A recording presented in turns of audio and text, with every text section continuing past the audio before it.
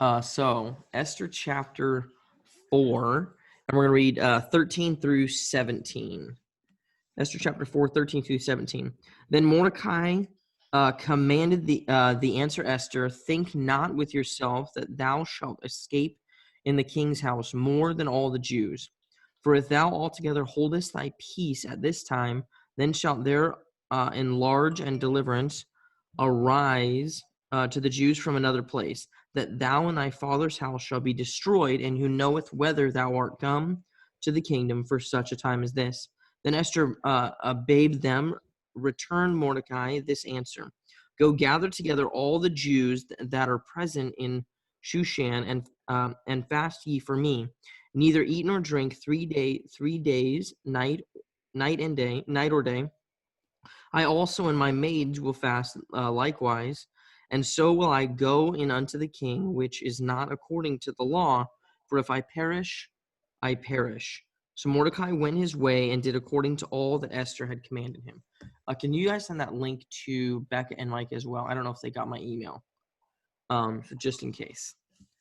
If somebody could do that, that'd be awesome. So we see Esther here. Obviously, we know the story where it's kind of like that hard time where Mordecai is against the Jew for a personal vendetta. So he goes before the king and said, okay, I'm going to just make a decree with the king to get everyone killed. All the Jews killed, or at least banished from the kingdom, get him out of here. And then the Jewish priest, I'm gonna get that scribe. I'm gonna get him hung on the gallows because he's the guy that like really offended me. So I'm just gonna get rid of him entirely. So one thing that we see about Esther in this time is obviously she went through tough times. Obviously, we would be in tough times today. We are in times that are comparison to the Great Depression when it comes to work, stock market, and things of that nature. So we can kind of relate to what those tough times would be back then. But you see with Esther here how she had that boldness and did what her uncle told her to do. So first, she cared enough to speak up. We see that in Esther 4:14 that she spoke of, that she said, you know what, for such time as this I need to, that thou altogether hold in thy place at this time, then shalt their enlargement and deliver arise to the Jews from another place. So as in, we can't just send all the Jews to another place and have them hide. It's no, we are going to want to keep what we have here, but I need to do something. So in Esther chapter 8, what she speak up against in verse 3, it says, and Esther spake yet again before the king, and fell down at his feet, and besought him with tears to put away the mischief of Haman the Agagite and his device that he had devised against the Jews. So you see that right before this is like her last plea before the king made a decree for Haman's gallows. Before Mordecai, he says, you know what? We're going to hang Mordecai on his gallows. So she goes before him. And so you look at the custom. Obviously, we know with Queen Esther beforehand, or not Queen Esther.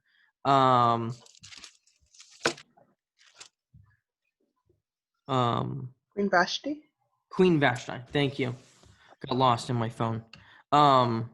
So you had Queen Vashti, but why did she not be able to be the queen anymore? What'd she do?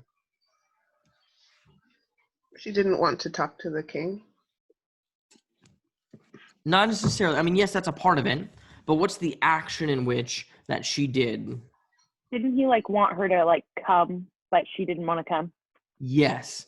So the king had a feast, and all of them were tipsy. They were drunk at this party, whatever. And he's like, "Hey, I'm gonna call my wife because she's gorgeous. I'm gonna call her in here, and I'm gonna parade her around that I have this pretty wife and you don't." Queen Vashti says, "You know what? I'm not going. No thanks." Well, at this time and area, it's a monarch. So if the king says it, you have to do it. And if not, the king obviously can do whatever he wants to do because he's the king. So they said, okay, kill her. Well, then the servant's like, well, no, don't kill her. Just send her away and have her live with the servants. And then you can pick yourself a new and better one, just trade it in and get a better model, basically. So that's what they were saying. So they saved Queen Vashti's life. They sent her to go live with the servants, had all the maids in the land or whatever come, all the beautiful ones. He says, boom, Esther pleased me. I'll take her. So then they sent her to the house of servants for a year to train her to be the queen. So that's kind of how you can see how Esther gets in this whole situation. And obviously this whole time the king is watching Esther, like kind of looking at her as she's in the field and doing things like, how's Esther doing? So that's kind of how Esther gets in the whole story. And then you see Esther, what's her compassion towards her people in Esther 4:16, that we see that she cared enough to fast and pray. Go gather together all the Jews and the priests of Shushan and fast ye therefore, neither eat nor drink 3 days, night or day. And you see the reason why. I know obviously if you guys ever study fasting or whatever, but it's that there's different types of fasting, just like we learned with Pastor Skelly when he was here. So there's Jewish fasting. They would have fastings where they would only fast during the day, and then they could eat at nighttime after the sun went down. They could have a meal. There's fasting where they didn't eat during the day, but they could have meals during the night. So then they had, water fasts. At this one, they can't eat or drink anything. So it's a complete fast for those 3 days. And obviously this fast was to obviously save the Jews' life. Because it's just crazy. So, God wants that, and he's excited because obviously he wants somebody to go on behalf of the Jews. And Esther already have favor with the king because the king picked her. So she cared enough to fast for her people. One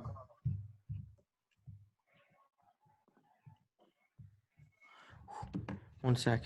I lost a page in my notes.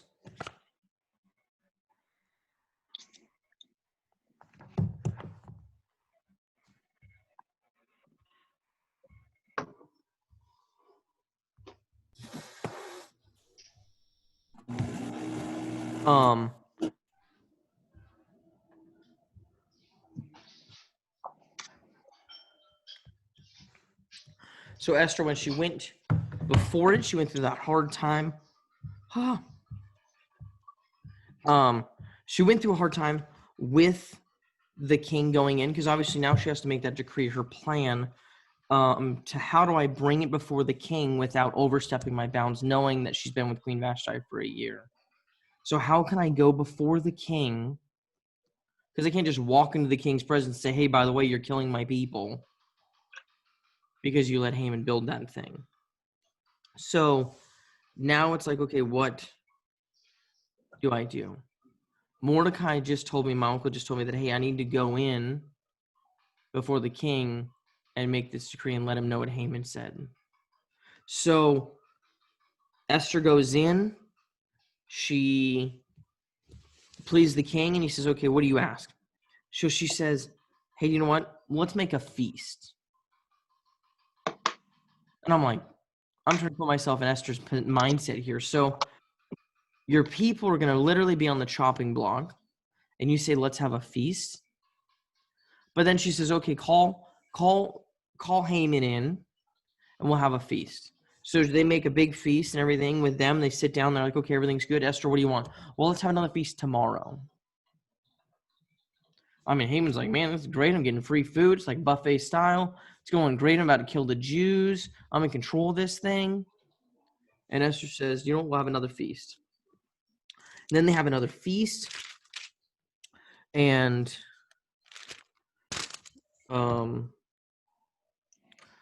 you see Esther's response to this. So now she's obviously told the king,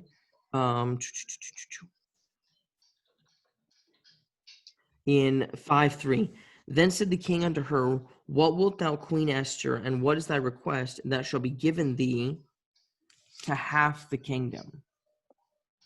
So the king's saying, hey, whatever you want, we're going to give it to half the kingdom. So this is that request. And then in 4, you see, and Esther answered, if thou seem good unto the king, let the king and Haman come this day into the banquet that I will prepare for him. So they have it there, the petition. Then 7, then answered Esther and said, my petition and my request is, if I have found favor in the sight of the king, and if it please the king to grant my petition, and to perform my request, let the king and Haman come to the banquet that I shall prepare for them, and I will do tomorrow as the king has said. So, I mean, now you have the first banquet. They're all there together. Okay, what's your request? Well, that we have another banquet. So then 9, then Haman went forth the day joyful and with glad heart that Haman saw the Mordecai the king's gate, and he stood not up nor moved for him. He was full of indignation against Mordecai. So this is why Haman's mad at him. Because Mordecai doesn't really care about Haman. Obviously, Haman kills or hates the Jew, and Mordecai is a Jew. So look at verse look at 12.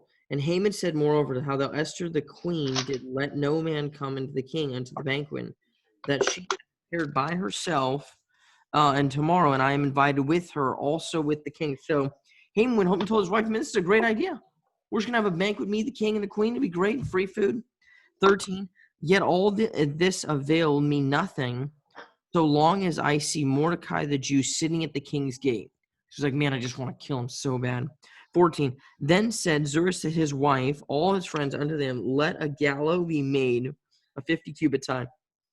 That bad boy's tall. It's 150 feet.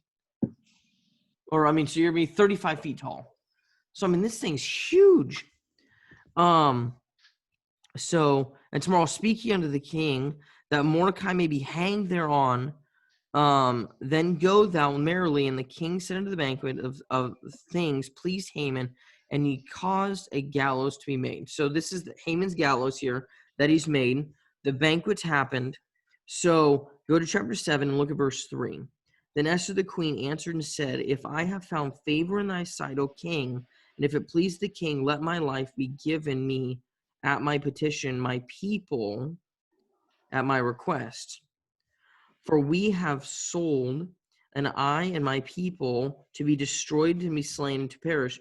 But if thou had been sold and bonded and bondwoman, I had held my tongue, although the enemy could not countervail the king's damage. So, king, you allowed this decree to go forward by putting Haman in the position in which he is. And if I was just a normal person, I couldn't be able to say anything because I'm just a peasant. But you made me the queen, so now these are my people. And verse 5. Then the king Ahasuerus answered and said unto the queen Esther the queen, who is he and where is he that durst perform in his heart to do so? And Esther said, the advisory of the enemy is this wicked Haman. Imagine sitting at this dinner table. You have Queen Esther, you have the king, and you have Haman sitting here. And all of a sudden the king's like, okay, what do you want under half the kingdom? It's good. We're all here. What do you need? And, well, my people, I wouldn't be able to say anything, but because you made me the queen, there's like a decree to kill my people. And, well, the king's like, well, who did that? It's like, well, Haman.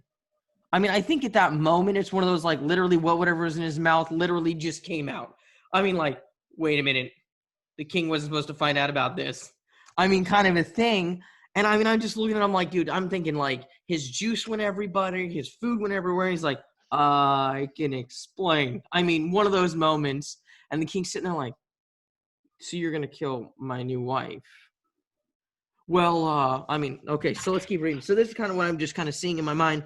And after Haman was afraid before the king and the queen, obviously.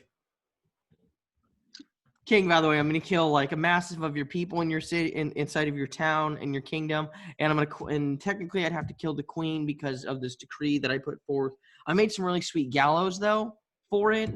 So how about those potatoes? I mean, so look at verse 7. And the king, arising from the banquet of wine in his wrath, went into the palace garden, and Haman stood up to make request for his life to Esther. Oh, the queen, for he saw that there was an evil determined against him by the king. Obviously, Haman is a sharp guy here. I mean, he's reading bodily cues quick. Esther says, by the way, you want to kill my people? And then the king is like, what did you just say to me? And the king gets up, walks away into the garden to think about this thing because he's about to act real fast.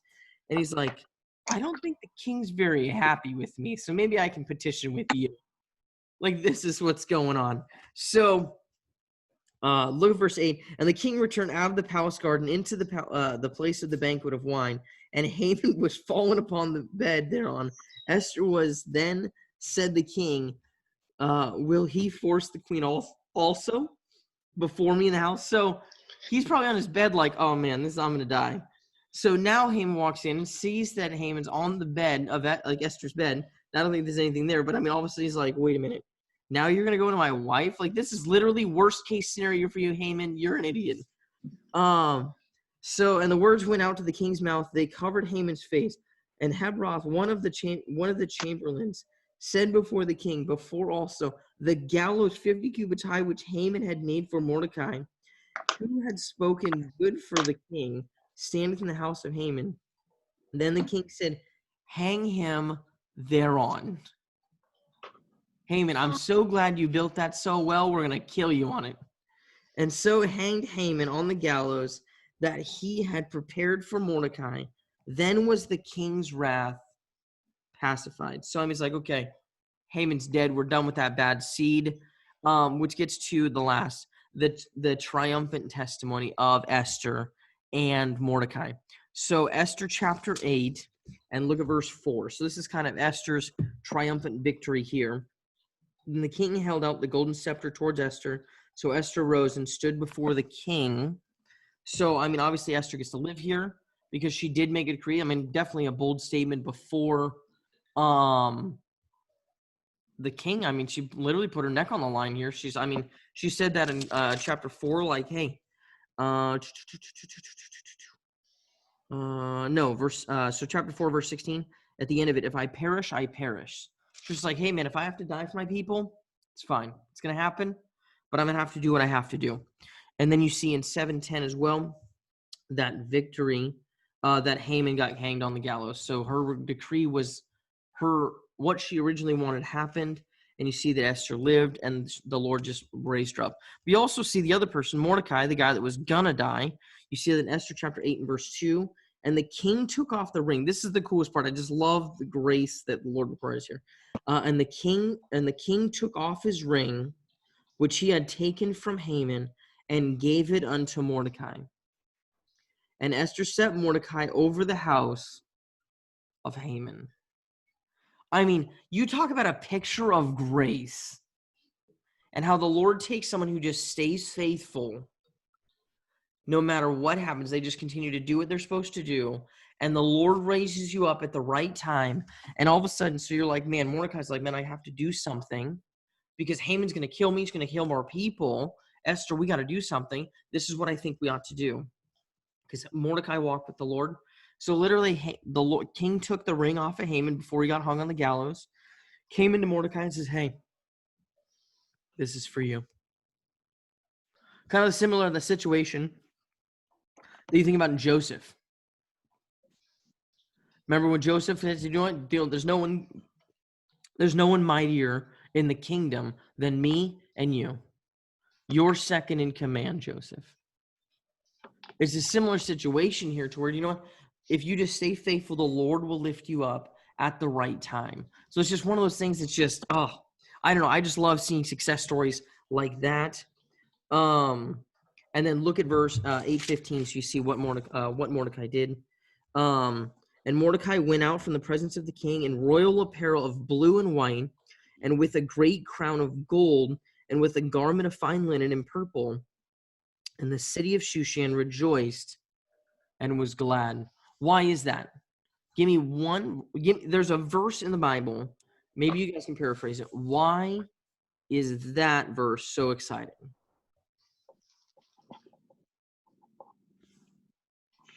Is it the one in Proverbs? Yes. That's like basically that the people rejoice when the wicked is like I can't remember, but like when the wicked one is killed and the righteous are brought up. So people rejoice when there's righteous in authority, and the people mourn when the wicked are in authority. So that's a paraphrase, but it is in Proverbs. So that's a good cross-reference for you. I wish I had the reference. It just kind of came to me. The Lord gave it to me, so I'm sorry. But that's one that's kind of like, this is the example of that verse. It's where when the righteous are in authority, the people rejoice. And when the wicked are in authority, the people mourn. And this What is verse is everyone's that again? excited. Why? Because the people liked Mordecai.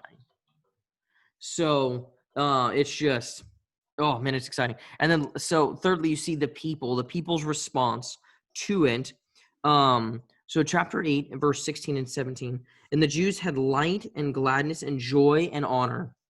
And in every province, in every city, wheresoever the king's commandment and his decree came, the Jews had joy and gladness, a feast and a good day. And many of the people of the land became Jews, for fear of the Jews fell upon them. I mean, look at this. I mean, this is a mighty testimony for the Lord. That's why these time of tragedies, the church does well and everything. Why? Because when the people stay faithful to the Lord, everyone rejoices. Why? Because they're like, dude, the God is real. So, I mean, you see, there's no doubt the decree went out from the land, from Haman. Hey, you know, we're going to kill Mordecai. We're going to scatter the Jews, kill as many as we can. I mean, people were mourning. And all of a sudden, so this decree's been made from the top. Second in command, Haman. And all of a sudden, the Lord intercedes through this little woman, Esther, and says, hey, do you know what? This isn't going to happen. Haman dies. Mordecai gets raised up. And all of a sudden, they're like, whoa. Like one of those, like, this will take a miracle to solve. This is like an impossible situation if you try to factor it and try to rationalize it in your mind. So the people are like, yeah, I'm going to do what the Jews do because God's God. Right? I mean, he said that they became Jews.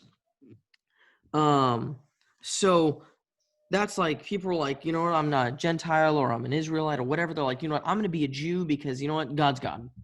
It's the same thing with the priests that are up on the mountain when Elijah prays down fire on the tabernacle, and all of a sudden, like, they bring out theirs gets nothing after them cutting themselves, and all of a sudden Elijah says, okay, bring out the barrels of water in this drought, and then boom, the pillar of fire comes down. They're like, God's God.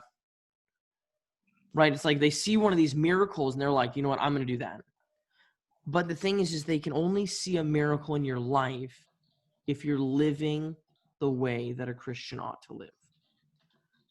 And you live that way and people will see it and they're like, you know, whoa, I want what you've got. I want to see miracles like you just had. I want to see this situation. I want to see that happen in my life. And that's what brings people to being a Christian. You're like, what if they do it a false conviction or whatever? Hey, if people get saved, people get saved. And hopefully they stick. And that's what we ought to do for our life, is we want to do like Esther here and say, hey, do you know what? I want to follow my convictions because I want to see people get saved as a result of seeing that happen. I want to be like Esther and say, do you know what? I'm in. I want to follow the Lord no matter what it means for me. That sacrifice, that personal sacrifice, or whatever it takes to say, do you know what? I'm in. So hopefully we can learn something from Esther. It's one of those stories where you just take somebody that is not likely to be this mass conqueror, but just came in with a humble and a meek spirit, did what needed to be done, and saved her people. So with that, we'll go and close in a word of prayer, and then we'll get ready for church. Dear Heavenly Father, we thank you for this day you've given to us. Thank you for the opportunity we have to learn from just a great example of faith in Esther and her and how she stood for what's right. We love you. Be with Pastor as he preaches this morning. Pray that we have open ears and open hearts to what the Lord would have us to hear. Pray you just clear his mind. We love you in Jesus' name. Amen. Amen. All right, so our next activity will be on the 27th. I'll get that out. If you didn't get an email from me, text me a new email address so I can update my Excel sheet if you didn't get an email from me this week to make sure that you guys get it. So